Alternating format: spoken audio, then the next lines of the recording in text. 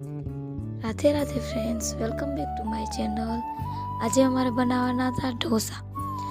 तो कंईक एवं थयुं कि अमारे जमाड़वाना था छोकरा, तो घरना कई छोकरा माटे दूध पाक ने पूरी बनावीए, पण मैं कीधुं ना, छोकरा माटे तो ढोसा बनावा छे। छोकरा कंईक नवुं खाय ने।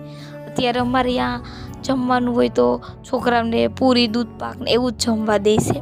छोकराओने अत्याરના एवुं એટલા માટે મેં ડિસાઈડ કર્યું કે મારે બનાવવા છે ડોસા।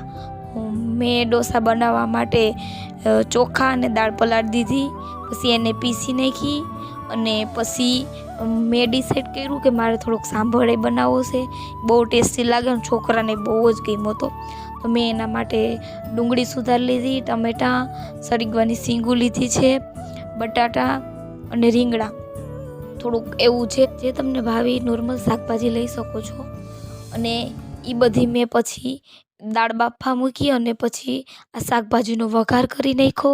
સેમ આપણે દાળ વઘારીએ એવી રીતના, પણ મેં સિમ્પલ બનાવ્યું હતું।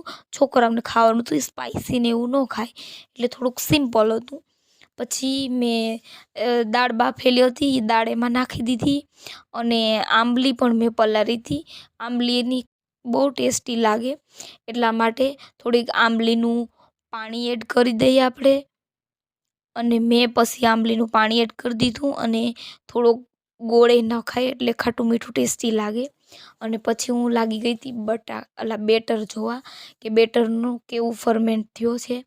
બેટર એકદમ મસ્ત આવ્યો હતો અને પછી હું ફટાફટ બધી તૈયાર કરી લાગી ગઈ હતી ઢોસા બનાવવા માટે।